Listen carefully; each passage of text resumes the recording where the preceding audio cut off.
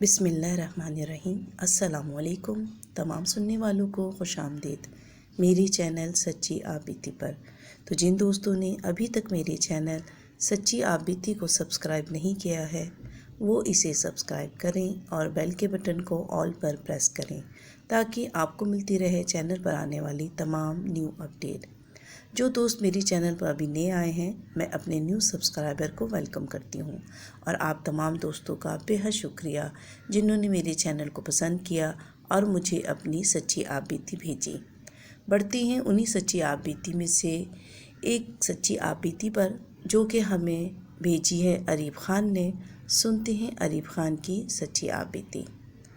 अरीब ख़ान बताते हैं कि ये वाक़या उनके एक शहीद दोस्त का है, मगर उनको ये वाक़या उनके कज़न ने बताया है जो कि उनका और जो मेरे दोस्त शहीद दोस्त का हम दोनों का मुश्तरका दोस्त था।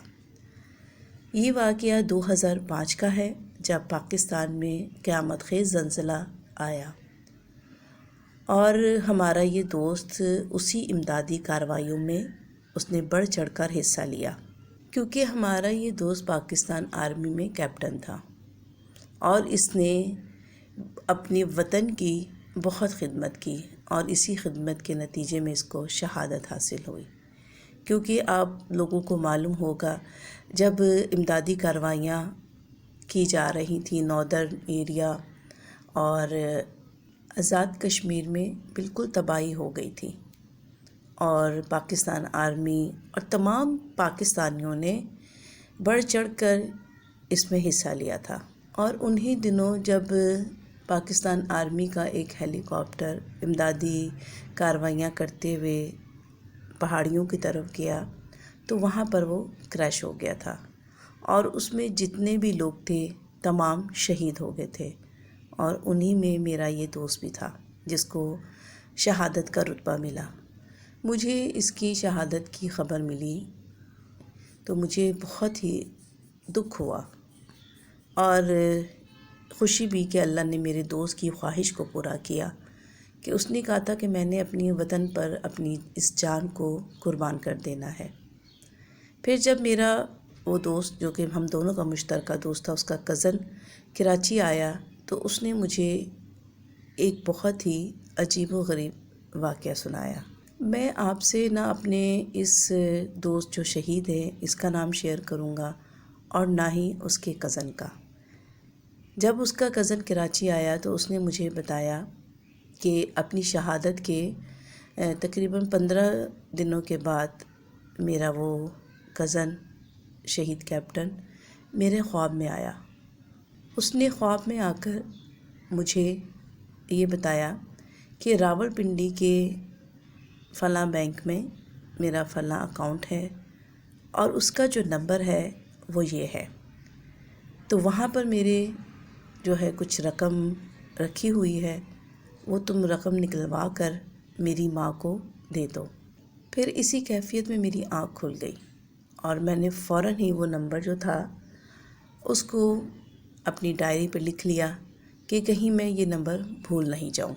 और अगले ही दिन मैं उस ब्रांच उस बैंक में पहुँच गया और फिर मैंने उनको वो फ़लाँ नंबर जो था वो बैंक वालों को बताया। और जब मैंने बैंक वालों को वो नंबर बताया तो आप यकीन करो अरीब कि वो वही नंबर था और उतनी ही अमाउंट उसके अंदर रखी थी जितनी कि वो मेरे शहीद कैप्टन दोस्त ने बताई थी। मुझे इस कदर हैरत हुई क्योंकि मैं इसलिए बैंक चला गया कि शायद कि मेरा वो ख्वाब मेरे दिमाग का खलल हो, मगर जब मैं वहाँ गया तो मुझे बहुत ही ज़्यादा हैरत हुई। खैर वो कानूनी कार्रवाई के बाद फिर वो रकम जो कि तकरीबन 35 या 40 हज़ार रुपये थी वो मैंने निकलवाई और मैं जाकर अपनी खाला के हाथ में देकर आया। और मेरे शहीद दोस्त ने मुझे ख्वाब में ये बात भी बताई थी कि उसने ये पैसे किस लिए जमा किए थे, क्योंकि मेरा जो दोस्त था اس کے بال جو تھے وہ ختم ہو رہے تھے، اس نے کہا کہ میں نے اپنی ہیئر گرافٹ کے لیے یہ رقم جو تھی وہ سیو کر رہا تھا۔ مجھے اپنے دوست کی جو یہ تھا خواب سن کے بہت حیرت ہوئی، اور میں نے سوچا کہ میرے رب نے شہید کا کیا درجہ رکھا ہے کہ اللہ نے اس کو اجازت دی کہ وہ اس کے خواب میں آ کر اپنا یہ جو پیسہ تھا اس کے بارے میں اس کو بتاتا ہے، کیونکہ اب یہ پیسہ تو اس کے کام کا نہیں تھا مگر اس کی ماں کے کام آ سکتا تھا۔